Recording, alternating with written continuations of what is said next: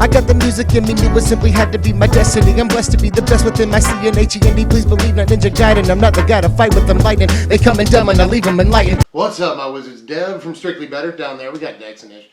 Case in point, actually, the last deck that we did, I asked you in the comments, tell me what deck you'd like to see more, and definitely it was tied between Mono Black Control, surprisingly, honestly, I can't wait to do that deck, and Eldrazi Displacer Infinite Combo, which a lot of you haven't heard of this. You don't know what the combo is outside of Displacer, and so I kind of can't wait to explain that either. Let's try it out. Well, first of all, like I said, I'm going to explain this combo. That's important so that you know what the heck I'm talking about as we move forward through this video here. First of all, let's just say that you have an Eldrazi Displacer and a Zulaport Cutthroat out. Congratulations, that's 2/3 of the combo, and it's not even hard to get that. They curve into one another, so yeah, you can totally do that.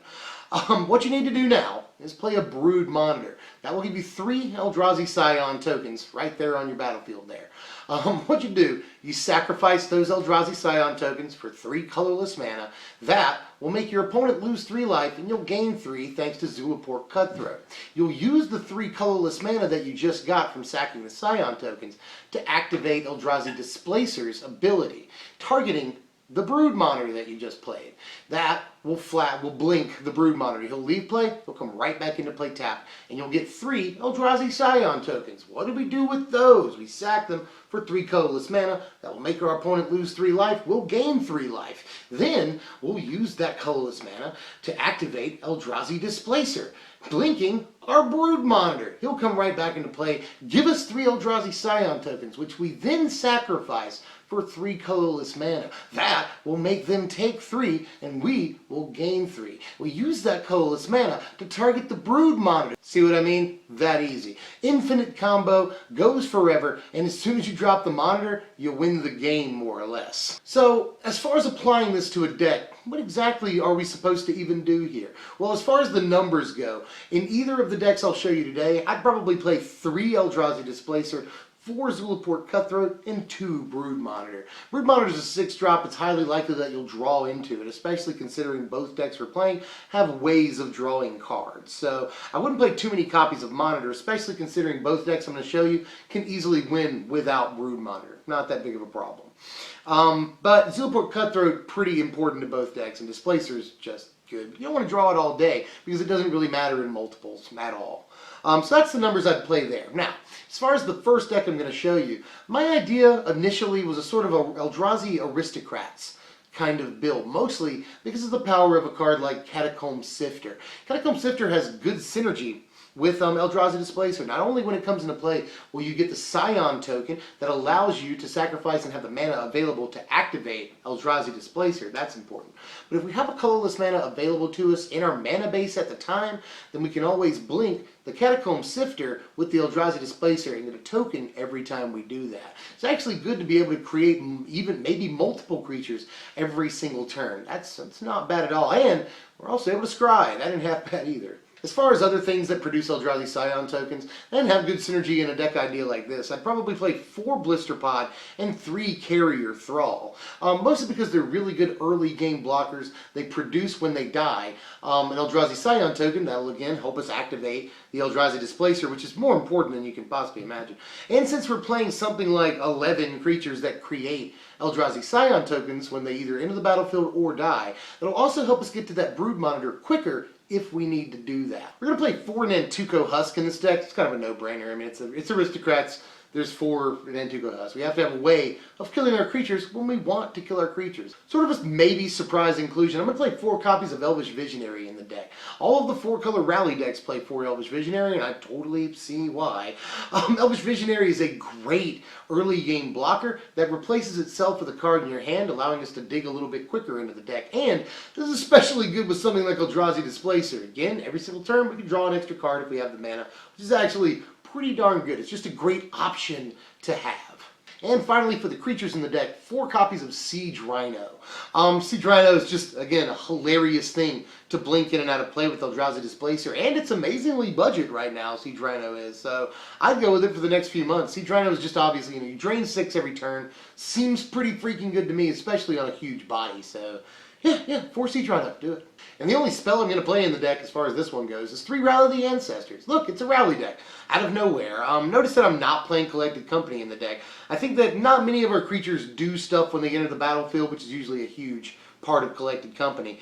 Not only that, but we can whiff on Siege Rhino and Brood Monitors. I'm just like, altogether, I'm just really not into it. But I am into Rally the Ancestors. We play at least 3 of these, because we're playing, you know, basic Aristocrat strategy. We could play 4 Rally, but I just don't think it's as important as it is to the dedicated Rally deck. But still very, very important, you know. This is sort of usually going to be the coup de grace. The thing that ends the game is going to be Rally the Ancestors for the most part. Or we could always do sort of a long game value with Eldrazi Displacer, or we could always draw a Brood Monitor and just end the game right there. So I like the flexibility of this deck. It's able to end the game in many different ways. I'm going to show you my other idea here, and then I'll sort of give you the land base, but for both decks.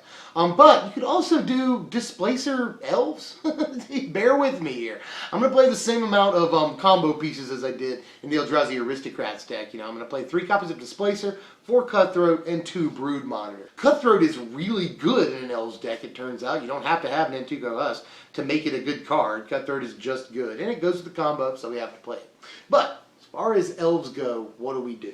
I think there are actually 2 distinct advantages to playing Elves in this combo deck. First of all, we can play mana ramping Elves to help us get to that Brood Monitor a little bit faster if that's what we need to do. So in this deck, I'm going to play 4 copies of Leaf Gilder and 2 copies of Beastcaller Savant. I want at least 6 mana ramping sources that help us play anything. You know, in the case of Beastcaller Savant, just creatures, but that's fine if we're trying to get specifically to Brood Monitor. The other advantage is that, honestly, we're looking for really good end of the battlefield effects because of Eldrazi Displacer. And Elves have, like, all the really good ones right now. We can play 4 copies of Elvis Visionary. That'll help us draw cards. We can play 4 copies of Dwynen's Elite. That'll help us get creatures. And obviously, we can play 4 copies of Shaman of the Pack, which is absolutely gross to just displace once a turn, you know. The cool thing is you can, like, just keep targeting Dwynen's Elite with your Eldrazi Displacer, get a new guy every turn, you know, get another 1/1 token every turn, until you eventually draw into your Shaman of the Pack, and that will allow you to do a bunch of damage if you've been able to hang on to any of those tokens. That's happened a few times, actually, in testing the deck. And also, of course, if you got an Elvis Visionary out, you can just draw a bunch of cards until you get to the Shaman of the Pack. So that's good too. Another elf that I want to play, sort of just because we're playing Eldrazi Displacer, is I want to play 1, but probably even 2 copies of Guiltleaf Winnower in the deck. Just, again, it's amazing with Eldrazi Displacer. There's so many things that this thing takes out, other than even Siege Rhino. Siege Rhino, Jace, Den Protector, Tassiger, you know, there's a lot of really important creatures in the format that this card can take out, and it's just super sick to have a Displacer out and this thing. So, yes, I guess. Long story short, yes. As far as the spells go, I'm going to again play 3 copies of Rally the Ancestors, just because all of these elves are amazing to rally into play, you know. Even if we're not playing like Nantuko Husk or anything, and yes, we're playing Zulaport Cutthroats, we can do this during our opponent's combat step, get our guys back, and this honestly is what Aristocrats does a lot anyway, you know. We can play the rally during our opponent's combat step, block some stuff. We don't care if our guys die. As a matter of fact, we want our guys to die in combat if we played a rally. All the triggers from Zulaport Cutthroat will go off, but even if you don't have a Cutthroat out, you'll still get a bunch of these elf triggers. You'll draw a card, you'll get an extra guy, which doesn't exile at the end of the turn. You'll get a Shaman of the Pack, which is just freaking amazing off of Rally the Ancestors. And sometimes all we need to finish the game out. So in this case, again, we can finish the game out very, very quickly and in multiple ways, which is always important. In this deck, I am going to play 3 copies of Collected Company because of all these amazing enter the battlefield triggers that we have. We have a ton of them, and there's fewer cards to whiff on in this version of the deck. So I'd probably play Collected Company, and I'll sandwich in a Murderous Cut to finish it off, just because I want a little bit more removal and interaction, for that matter, than just Guiltleaf Winnower, you know. So I'd probably play at least the 1 Murderous Cut. In case you're wondering, here's the land base for both budget decks, really. Eldrazi Aristocrats, I've got 25 lands. The Elves deck, I've got 24. All I would do is cut a swamp from this mana base to fit into the Elves mana base. That's it. That's all I'd do.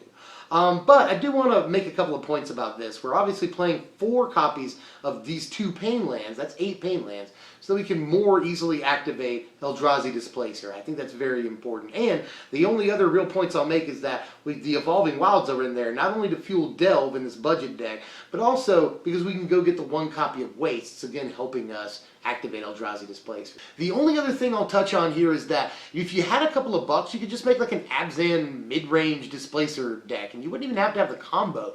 Abzan has so many good things, like obviously Siege Rhino, Wingmate Roc right now. You could even, in a less dedicated sort of thematic build, just a good stuff build, like an Abzan mid-range, obviously, you can play Thought-Knot Seer and fairly reliably with the mana base that we're looking at here. And Thought-Knot Seer is absolutely dumb to just displace over and over.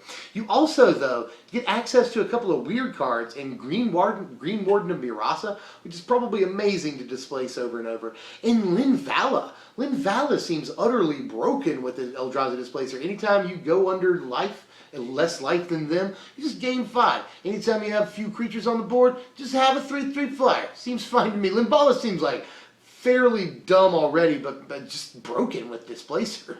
Well, I'm pretty sure I've got it all out of my system. Let me know how you felt about these ideas, how you would revise them or change anything. Anything I left out, I'm always interested in that. Just do the YouTube stuff. Like, share, comment, subscribe, and I'll be at you next time with Mono Black Control. But, as always, let me know what you'd like to see. I'm Deb from Strictly Better MTG. Thanks for watching, my wizards.